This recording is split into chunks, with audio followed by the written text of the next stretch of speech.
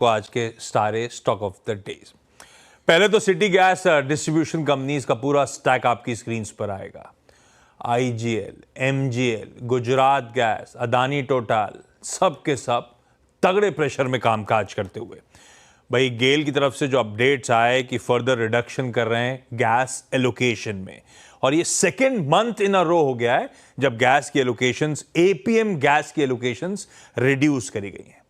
और आसान शब्दों में एपीएम गैस की एलोकेशन रिड्यूस होगी तो चीप डोमेस्टिक गैस की अवेलेबिलिटी कम होगी इन कंपनीज के लिए, और इसीलिए इस तरह का खामियाजा।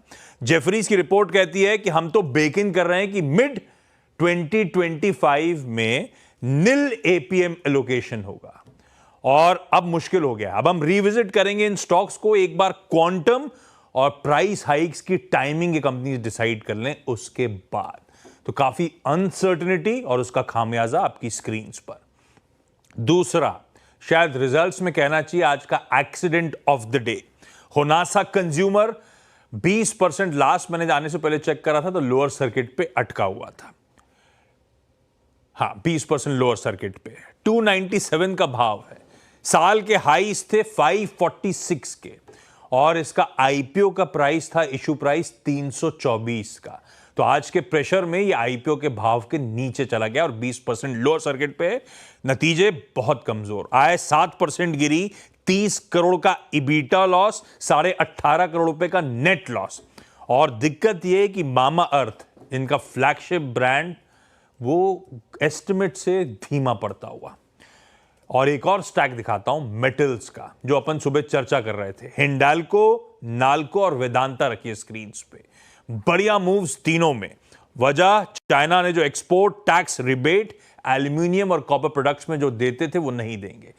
टैक्स रिबेट एक्सपोर्ट्स पे नहीं देंगे, यानी कि एक्सपोर्ट्स को डिटर कर रहे हैं। और इसीलिए फ्राइडे को एलएमई में एल्यूमिनियम की कीमतें 5% तक उछल गई थी।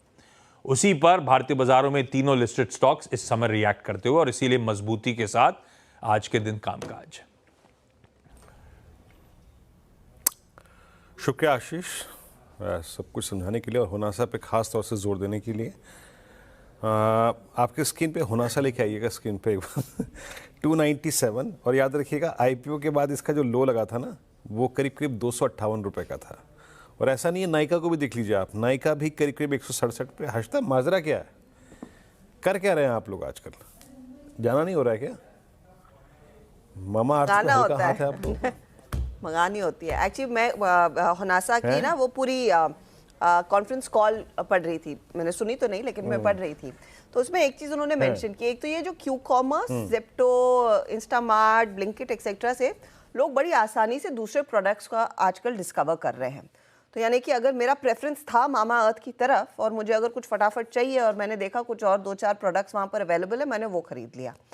दूसरी चीज़ ये कह रहे थे कि आजकल लोग बहुत स्पेसिफिक प्रोडक्ट्स यूज़ कर रहे हैं और जेनरिक प्रोडक्ट्स नहीं यूज़ कर रहे हैं। और मामा अर्थ के कुछ ऐसे प्रोडक्ट्स हैं जो लाइक एक जेनरिक फेस वॉश हो गया, एक जेनरिक मॉइस्चराइजर हो गया, उससे ज़्यादा वो जो स्पेसिफिक प्रोडक्ट्स है उस पर फोकस आ रहा है, उसका भी इम्पैक्ट है। तो वहाँ पर कंज्यूमर सेंटिमेंट बदला ज़रूर है। लेकिन आप जो नायका और जो होनासा के केस में एक चीज़ बोल रहे हैं ना कि क्या हुआ है, मेरे ख्याल में यहाँ पर आई थिंक, और मयूरेश मेंशन कर रहे थे कि जो अर्बन कंजम्पशन थोड़ा सा फीका है, उसकी कहीं ना कहीं एक झलक है। क्योंकि मुझे पहले एटलीस्ट यही लग रहा था कि बाकी एफएमसीजी कंपनियों के नंबर्स देखकर कि शायद ये जो न्यू एज कंपनियां हैं, इतने सारे D2C ब्रांड्स हैं, वो इनका क्या मार्केट खा रहे हैं। लेकिन होनासा की केस में वो वैसा हुआ नहीं है। नायका का beauty and personal care business ठीक था, उसमें ज़्यादा कुछ खराबी नहीं देखने को मिली थी। लेकिन वो थोड़ा सा और स्टडी करना पड़ेगा एक और क्वार्टर कि क्या ये D2C का ज़्यादा इम्पैक्ट है। अगर है तो इनके नंबर्स ज़्यादा बेहतर होने चाहिए थे।